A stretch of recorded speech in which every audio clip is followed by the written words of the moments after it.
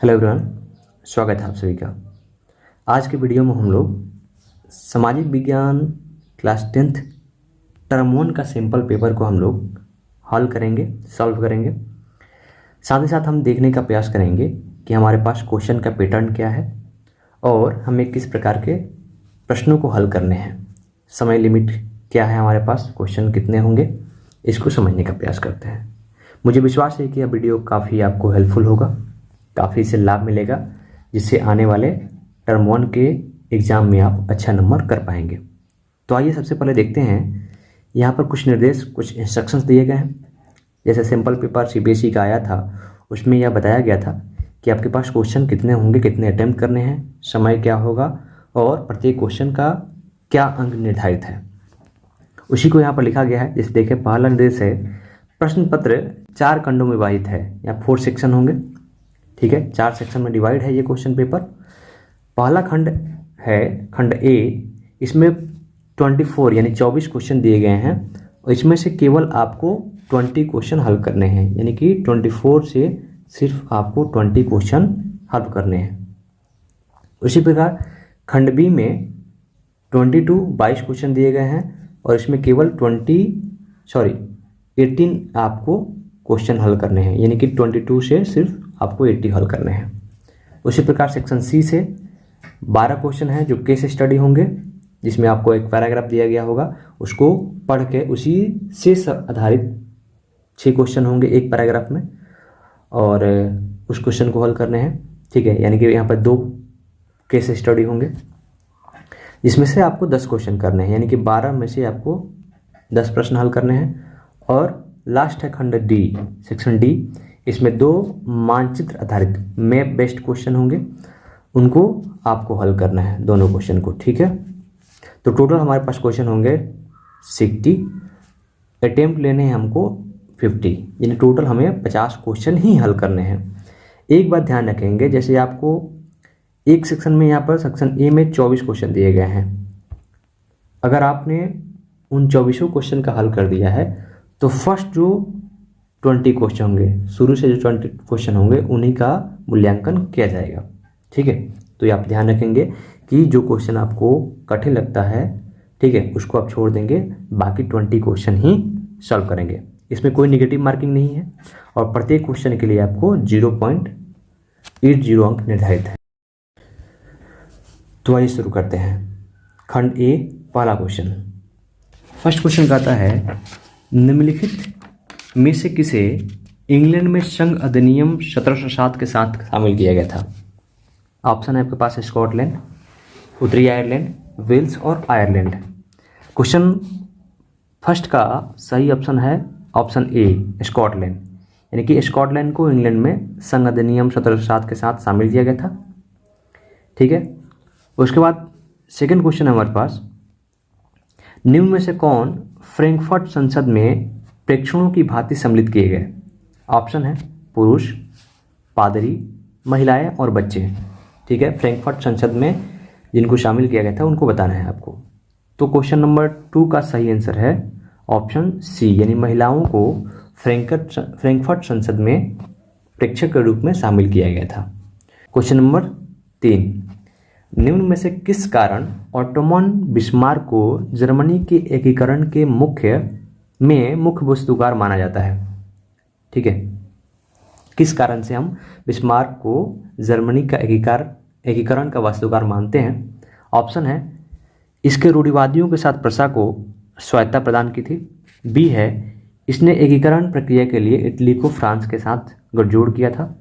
सी है, इसने सेना और नौकरशाही के साथ राष्ट्र निर्माण की प्रक्रिया को अंजाम दिया था। और डी है, इसने सांस्कृतिक आंदोलन में विद्वानों तथा उदारवादियों का सहयोग लिया था। तो क्वेश्चन नंबर 3 का सही ऑप्शन है आपका ऑप्शन नंबर सी, इसने सेना और नौकरशाही के साथ राष्ट्र निर्माण की प्रक्रिया को अंजाम दिया था। ठीक है, आप देखेंगे तो इसकी व्याख्या के रूप में आप देख पाएंगे, ऑटोमन बिस्मार्क ने सेना और नौकरशाही के साथ राष्ट्र निर्माण की प्रक्रिया को अंजाम दिया था, इसलिए इसे जर्मनी का एकीकरण का वास्तुकार माना जाता है। ठीक है, और उस समय प्रशा ने राष्ट्रीय एकीकरण के आंदोलन को नेतृत्व को संभाला, इसके मुख्यमंत्री ऑटोमन बिस्मार्क ही थे। ठीक है, इसलिए यहाँ पर हम मुख्य वास्तुकार के रूप में बिस्मार्क को जानते हैं। क्वेश्चन नंबर 4, निम्न में से किस देश ने लुई फिलिप ने प्रवास किया था? लुई फिलिप किस देश में प्रवास माइग्रेट किए थे? उनको आपको बताना है। ऑस्ट्रिया, इंग्लैंड, बेल्जियम या हॉलैंड, किस देश में प्रवास किया था? तो क्वेश्चन नंबर 4 का सही आंसर है ऑप्शन नंबर बी, यानी कि इंग्लैंड। ठीक है, ऑप्शन नंबर बी यानी इंग्लैंड। लुई फिलिप ने इंग्लैंड में प्रवास किया था। फ्रांस में रूढ़िवादी सत्ता की जगह संवैधानिक राजनीति की स्थापना की गई। इसके अध्यक्ष लुई फिलिप ही थे और उन्होंने इंग्लैंड में प्रवास किया था। नेक्स्ट क्वेश्चन है क्वेश्चन नंबर 5। 1815 में नेपोलियन की हार के बाद यूरोपीय सरकारें किस भावना से प्रेरित हुई? नेपोलियन जो हार गया 1815 में, तो यूरोपीय सरकारें किस भावना से प्रेरित हुई थी? उदारवाद, रूढ़िवाद, साम्राज्यवाद या भूमंडलीकरण यानी ग्लोबलाइजेशन, किसके भावना से प्रेरित हुई थी? तो ऑप्शन नंबर क्वेश्चन नंबर 5 का ऑप्शन नंबर बी, रूढ़िवाद। 1815 में नेपोलियन की हार के बाद यूरोपीय सरकारें रूढ़िवादी भावना में प्रेरित थी। रूढ़िवादी मानते थे कि राज्य और समाज की स्थापित पारंपरिक संस्थाएं जैसे राज्य, चर्च, सामाजिक ऊंच नीच, संपत्ति और परिवार को बनाए रखना चाहिए, और यह रूढ़िवाद भावना से प्रेरित थे। छठा क्वेश्चन देखते हैं। छठा क्वेश्चन में आपको गलत सुमेलित को अलग करना है। ठीक है, यानी कि ऑप्शन को चुनाव करना है जो गलत सुमेलित है। पहला ऑप्शन है जलोढ़ मृदा। यह धान, गेहूं, गन्ना आदि उगाने के लिए उपयुक्त है। हम सभी को पता है कि जलोढ़ मिट्टी काफ़ी उपजाऊ होती है और इसमें हम कई प्रकार के फसलों को उगा सकते हैं। दूसरा हमारे पास है काली मृदा। यह दक्कन ट्रेपमैच क्षेत्र में पाई जाती है, ये भी सही है। ऑप्शन सी है लेटराइट मृदा। यह कपास उगाने के लिए उपयुक्त है, ये गलत है क्योंकि कपास के लिए काली मिट्टी उपयुक्त होती है। और ऑप्शन डी है, ऑप्शन डी देख लेते हैं। ऑप्शन डी है लाल मृदा। यह लोहे के कणों के क्रिस्टलीय और कैंथिक चट्टानों के मिश्रण के कारण इसका रंग लाल होता है। हमको पता होना चाहिए कि लाल मिट्टी का रंग लाल किसके कारण होता है। ठीक है, तो क्वेश्चन नंबर 6, छठा क्वेश्चन का सही ऑप्शन है ऑप्शन सी। ठीक है, ये आपका आंसर हो जाएगा। चलिए नेक्स्ट क्वेश्चन देखते हैं। क्वेश्चन नंबर 7, 7वां क्वेश्चन क्या कहता है? डैश एक भूमध्य रेखीय फसल है, लेकिन विशेष शर्तों के अंतर्गत यह उष्णकटिबंधीय तथा उपोष्णकटिबंधीय क्षेत्र में भी उगाए जाते हैं। उस फसल का नाम बताना है। जैसे फसल है हमारे पास रबड़, कपास, जूट और चाय। ऑप्शन सही इसका है ऑप्शन ए। 7वां क्वेश्चन का ऑप्शन ए सही होगा। रबड़ भूमध्य रेखीय फसल है, लेकिन विशेष परिस्थितियों में इसे उष्णकटिबंधीय यानी ट्रॉपिकल और सब ट्रॉपिकल रीजन में भी उगाया जा सकता है। इसके लिए 200 सेंटीमीटर वर्षा की आवश्यकता होती है। ठीक है, आप ध्यान रखेंगे। और 25 सेल्सियस से अधिक तापमान और नम और आर्द्र जलवायु चाहिए। किसके लिए? रबड़ के लिए। ठीक है, तो यहाँ पर आप ध्यान रखेंगे। अगला क्वेश्चन है हमारे पास क्वेश्चन नंबर 8। एजेंडा 21 के संबंध में निम्न कथनों में से कौन सा कथन सही है? ठीक है, सही कथन का चुनाव करना है। पहला कथन है एजेंडा 21 1992 में ब्राज़ील के रियो डी जेनेरियो में आयोजित पर्यावरण और विकास पर संयुक्त राष्ट्र सम्मेलन का परिणाम था। सही है, 1992 में ही हुआ था। ऑप्शन बी, यह हर उस क्षेत्र में की जाने वाली कार्रवाई का एक व्यापक ढांचा है जिसमें मानव सीधे पर्यावरण को प्रभावित करता है। ये भी सही है। और ऑप्शन सी है अंक 21 यानी कि 21वीं सदी के एजेंडे को दर्शाता है। ये भी सही है। तो इस क्वेश्चन का सही जवाब हो जाएगा ऑप्शन डी, यानी कि क्वेश्चन नंबर 8 का सही आंसर है ऑप्शन डी। ठीक है, यानी कि ऊपर के तीनों जो कथन है वो सही है। ठीक है, क्वेश्चन नंबर 9, भूमि के संरक्षण और प्रबंधन के लिए उचित उपाय किए बिना लंबे समय तक भूमि का निरंतर उपयोग क्या कहलाता है? ठीक है, बिना मैनेजमेंट और कंजर्वेशन किए हम भूमि का लगातार उपयोग करते हैं तो उसको हम क्या कहेंगे? नालीय अपरदन, पड़ती भूमि, भूमि निम्नीकरण या फिर मृदा अपरदन। तो 9 क्वेश्चन का सही ऑप्शन है ऑप्शन सी, यानी कि भू निम्नीकरण। ठीक है, यानी आपको पता होगा कि लंबे समय तक हम खेतों का बिना कंजर्वेशन और प्रबंधन किए उपयोग करते हैं तो भूमि निम्नीकृत हो जाती है। निम्नलिखित में से किस आधार पर निजी तथा सार्वजनिक क्षेत्र के रोजगार को परिभाषित किया जाता है? हम प्राइवेट और पब्लिक सेक्टर का जो रोजगार है उसको कैसे हम डिफाइन करेंगे, किस आधार पर करेंगे? तो ऑप्शन है जनसंख्या के आधार पर, कार्य की प्रकृति के आधार पर, आर्थिक गतिविधियों के आधार पर, या इनमें से कोई नहीं। कौन सा सही होगा? तो क्वेश्चन नंबर 10 का सही ऑप्शन है ऑप्शन सी, आर्थिक गतिविधियों के आधार पर, यानी कि on the basis of economical activities हम लोग डिफाइन करते हैं प्राइवेट और पब्लिक सर्विस सेक्टर को। ठीक है, चलिए अब आगे बढ़ते हैं क्वेश्चन नंबर 11 की तरफ। क्वेश्चन नंबर 11 कहता है नियंत्रण और संतुलन की व्यवस्था की एक प्रणाली निम्न से किस शक्ति साझाकरण व्यवस्था का दूसरा नाम है? नियंत्रण और संतुलन क्वेश्चन ये काफ़ी इंपॉर्टेंट है, थोड़ा समझ कर बनाएंगे तो ये क्वेश्चन हल हो जाएगा। आप पॉलिटी में पढ़े होंगे, पॉलिटिकल साइंस में, वहाँ पर दिया हुआ क्वेश्चन चैप्टर 1 में, तो इसको पढ़ते हैं ऑप्शन को। ऑप्शन ए कहता है विभिन्न सामाजिक समूहों के बीच का सत्ता का बंटवारा, बी सरकार के विभिन्न स्तरों के बीच साझा सत्ता का लंबवत विभाजन, ऑप्शन सी सरकार के विभिन्न अंगों के बीच साझा सत्ता या शक्ति का विभाजन, और डी राजनीतिक दलों, दबाव समूहों और सरकारों के बीच सत्ता का बंटवारा। तो इस क्वेश्चन का सही जवाब जो होगा क्वेश्चन नंबर 11 का ऑप्शन सी होगा। ठीक है, क्या होगा? ऑप्शन सी, यानी नियंत्रण और संतुलन की व्यवस्था की प्रणाली सरकार के विभिन्न अंगों के बीच सत्ता का साझाकरण, शक्ति साझाकरण व्यवस्था का दूसरा नाम है। सत्ता का क्षैतिज विभाजन के अंतर्गत सरकार के विभिन्न अंगों जैसे विधायिका, कार्यपालिका और न्यायपालिका के बीच शक्ति की साझेदारी की जाती है। यह विभिन्न अंगों की जांच करने के लिए नियंत्रण और संतुलन की अवधारणा को निर्दिष्ट करती है। ठीक है, तो इसका सही जवाब होगा option C. Question number 12 number, Belgium में भाषाई समुदायों के बीच तनाव को कैसे नियंत्रित किया गया? आपने चैप्टर 1 में ही पढ़ा होगा बेल्जियम में श्रीलंका की कहानी। तो वहाँ पे भाषाई समूहों के बीच का तनाव कैसे नियंत्रित किया गया? पहला ऑप्शन है बहुसंख्यक और अल्पसंख्यक समूहों के बीच के लिए किए गए समझौतों से, बी है सरकार की संघीय शैली के स्वीकार करके, सी है बेल्जियम के संविधान में संशोधन करके, और ऑप्शन डी है अल्पसंख्यक समूह द्वारा बहुसंख्यक समूहों के प्रभुत्व को स्वीकार करते हुए। तो 12 नंबर क्वेश्चन का सही ऑप्शन है ऑप्शन नंबर सी। बेल्जियम में भाषाई समुदायों के बीच तनाव को बेल्जियम के संविधान में संशोधन करके नियंत्रित किया गया था। बेल्जियम में वर्ष 1970 और 1993 के बीच जातीय संघर्ष का समाधान किया गया, क्योंकि उन्होंने अपने संविधान में 4 बार संशोधन किया, जिसमें से एक ऐसी व्यवस्था तैयार की गई जिसमें सभी को एक साथ रहने में सक्षम बनाए। ठीक है, तो यहाँ पर ऑप्शन नंबर सी जो है क्वेश्चन नंबर 12 का सही जवाब हो। नेक्स्ट क्वेश्चन है क्वेश्चन नंबर 13। आइए इसको देखते हैं। निम्न में से सत्ता के बंटवारे में निम्न से कौन सा कारण सही है? यानी कि जो पावर शेयरिंग होता है उसका कारण बताना है जो सही है।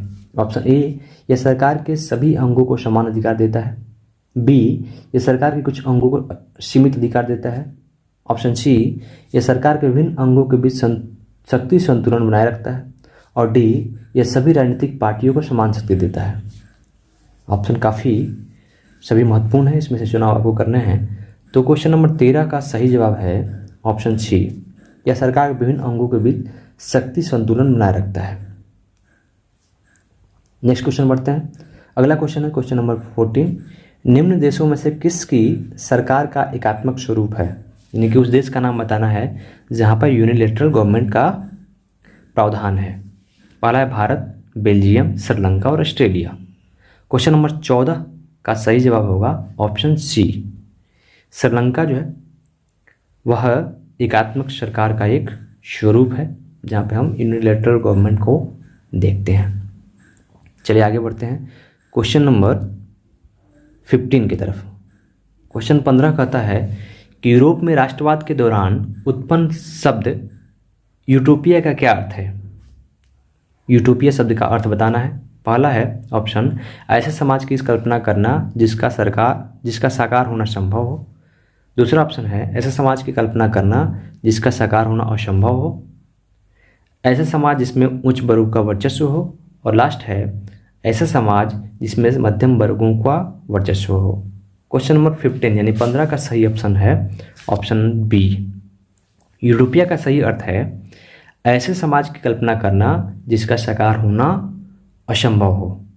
ठीक है, तो 15 का क्वेश्चन हो जाएगा ऑप्शन बी सही। ठीक है, चलिए आगे बढ़ते हैं क्वेश्चन नंबर 16 की तरफ। निम्नलिखित में से कौन सा क्षेत्र अगस्त 1947 में भारतीय संघ का भाग नहीं था। ठीक है, 1947 में कौन सा क्षेत्र जो इसमें राज्य दिए हैं जो भारत में सम्मिलित नहीं था, भारत के संघीय भाग में। ऑप्शन है असम, मध्य प्रदेश, गोवा और पंजाब।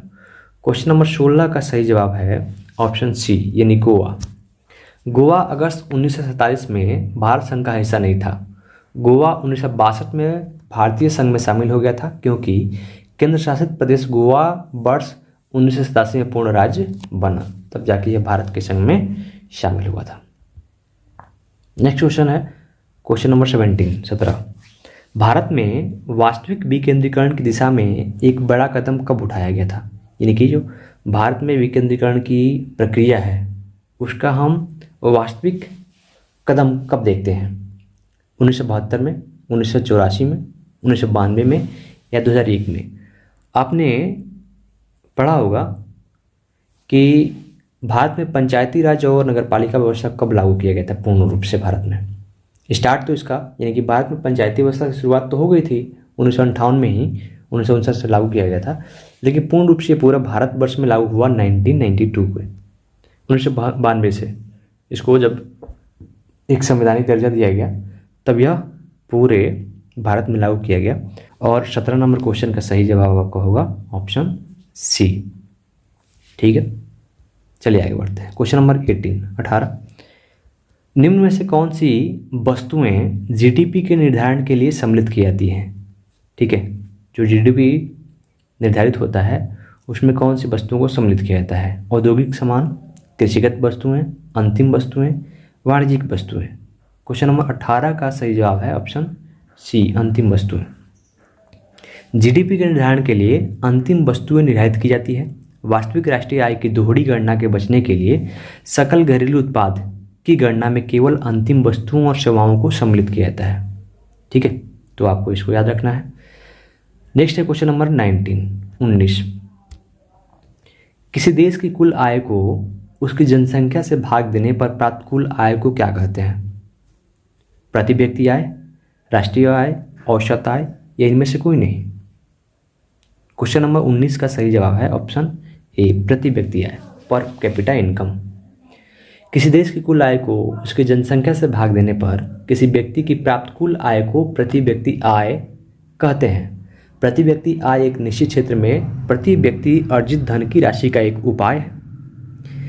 यह हमें जीवन की गुणवत्ता और विशेष क्षेत्रों में के लिए उपेक्षित करने की स्थिति को जैसे मुद्दों का समाधान करने में सहायता प्रदान करता है। ठीक है, तो क्वेश्चन नंबर 19 का सही जवाब होगा ऑप्शन ए। नेक्स्ट है क्वेश्चन नंबर 20। मानव विकास सूचकांक की गणना के लिए निम्न में से किस संकेतक का उपयोग नहीं किया जाता है। नहीं आप हाईलाइट करके रखेंगे, ध्यान रखना है कि नहीं किया जाता है। जीवन प्रत्याशा, इसका तो करते ही हैं, शिक्षा का भी करते हैं हम लोग, प्रति व्यक्ति आय इसको भी देखते हैं, ह्यूमन डेवलपमेंट इंडेक्स में इन तीनों का। चौथा है सामाजिक असमानता, यह गलत जवाब है। ठीक है, तो क्वेश्चन नंबर 20 का सही ऑप्शन होगा ऑप्शन डी, यानी कि मानव विकास सूचकांक की गणना के लिए सामाजिक असमानता संकेतक का उपयोग नहीं किया जाता है। मानव विकास सूचकांक विकास के 3 संकेतकों जीवन प्रत्याशा, शिक्षा और प्रति व्यक्ति आय पर विचार करता है। ठीक है, तो ये 3 ही मानव विकास सूचकांक में शामिल किए जाते हैं। ठीक है, चौथा जो है ये नहीं किया जाता है। क्वेश्चन नंबर आपके पास है 21। निम्न में से कौन विकास की एक महत्वपूर्ण विशेषता है। डेवलपमेंट की एक इम्पोर्टेंट कैरेक्टरिस्टिक्स कौन सा है। पहला है प्रति व्यक्ति आय, औसत शैक्षिक स्तर, सी लोगों की स्वास्थ्य स्थिति और डी सुरक्षा। 21 का सही जवाब है ऑप्शन ए प्रति व्यक्ति आय। यह विकास की एक महत्वपूर्ण विशेषता है। ठीक है, कोई देश विकसित हो रहा है, विकास कर रहा है, तो उसमें प्रति व्यक्ति आय का महत्वपूर्ण योगदान होता है। आगे बढ़ते हैं क्वेश्चन नंबर 22 की तरफ। क्वेश्चन 22 कहता है, यदि किसी देश की औसत आय में वृद्धि नहीं हो रही है किंतु राष्ट्रीय आय में वृद्धि दर्ज की जाती है तो यह स्थिति किस स्थिति को दर्शाता है? यानी कि औसत आय में वृद्धि नहीं हो रही है लेकिन राष्ट्रीय आय में वृद्धि दर्ज की जाती है, तो इसको हम क्या बोलेंगे? तो इसको हम क्या बोल सकते हैं? ऑप्शन है संसाधन के ह्रास, जनसंख्या में वृद्धि, गरीबी में वृद्धि और जनसंख्या में कमी। तो क्वेश्चन नंबर 22 का सही जवाब है ऑप्शन बी, यानी कि जनसंख्या में वृद्धि। जनसंख्या में वृद्धि होगी तो देश की औसत आय में वृद्धि नहीं हो रही होगी और राष्ट्रीय आय में वृद्धि दर्ज की जाएगी। तो यह एक सही जवाब है ऑप्शन बी, क्वेश्चन नंबर 22 का। आगे है क्वेश्चन नंबर 22। निम्न में से किस प्रकार की गतिविधियां द्वितीयक क्षेत्र में सम्मिलित की जाती है? क्लास में भी हमने बताया था कि सेकेंडरी सेक्टर के अंतर्गत कौन कौन से कार्यों को सम्मिलित किया जाता है। तो यहाँ पर देखेंगे ऑप्शन ए है वस्तुओं के स्थान पर सेवाएं उत्पन्न करता है, बी विनिर्माण के माध्यम से प्राकृतिक उत्पादों को बदलना, सी प्राकृतिक संसाधनों का दोहन करके माल का उत्पादन करना और डी है कृषि, वानिकी और डेयरी उत्पादन तैयार करना। सेकेंडरी एक्टिविटीज के अंतर्गत कौन कार्य को हम किस कार्य को सम्मिलित करते हैं? तो क्वेश्चन नंबर 23 का सही जवाब है ऑप्शन बी, विनिर्माण के माध्यम से प्राकृतिक उत्पादों को हम बदलते हैं एक प्रोडक्ट के रूप में, उपयोगी उत्पाद के रूप में, और उसको हम बड़े स्केल पर उत्पादन करते हैं। तो यह द्वितीयक सेक्टर के अंतर्गत आता है, यानी कि उद्योग जो है वो सेकेंडरी एक्टिविटीज के अंतर्गत आते हैं। और अंतिम सवाल खंड ए यानी सेक्शन ए का अंतिम सवाल है 24 नंबर, किस संगठन के रोजगार के आंकड़े रोजगार और बेरोजगारी पर 5 वर्षीय सर्वेक्षण से एकत्रित आंकड़ों पर आधारित होते हैं? यहाँ पर कुछ संस्थाओं का नाम दिया गया है, उसमें से चुनाव करने हैं आपको। पहला है NSSO राष्ट्रीय नमूना सर्वेक्षण, नरेगा 2005 राष्ट्रीय ग्रामीण रोजगार गारंटी अधिनियम 2005, सी है ILO यानी कि अंतर्राष्ट्रीय श्रम संगठन, और डी है UNDP यानी कि संयुक्त राष्ट्र विकास कार्यक्रम। 24 का सही जवाब है ऑप्शन ए, NSSO राष्ट्रीय नमूना सर्वेक्षण जो है वह प्रति 5 वर्षों पर डाटा को एकत्रित करता है। यानी कि राष्ट्रीय नमूना सर्वेक्षण संगठन NSSO 1950 में विभिन्न सामाजिक आर्थिक समूहों पहलुओं पर राष्ट्रव्यापी नमूनों सर्वेक्षण कर रहा है। इसके आंकड़े रोजगार और बेरोजगारी पर 5 वर्षीय सर्वेक्षण से एकत्रित आंकड़ों पर आधारित होते हैं। तो आपको याद रखना है यह भारतीय संस्था है जो सर्वेक्षण करती है। कब से कर रही है? 1950 से। ठीक है, तो आज की वीडियो में इतना ही। इसमें हमने टोटल सेक्शन ए के 24 क्वेश्चन को देखा है, यह पहला पार्ट है। पार्ट 2 में हम लोग खंड बी, सी और डी के जो बाकी क्वेश्चन बचे हैं उनको सॉल्व करेंगे, हल करेंगे और देखने का प्रयास करेंगे क्वेश्चन के लेवल क्या है, कैसे हमें क्वेश्चन को अटेम्प्ट करना है। तो मिलते हैं अगले वीडियो में, तब तक के लिए बहुत बहुत धन्यवाद।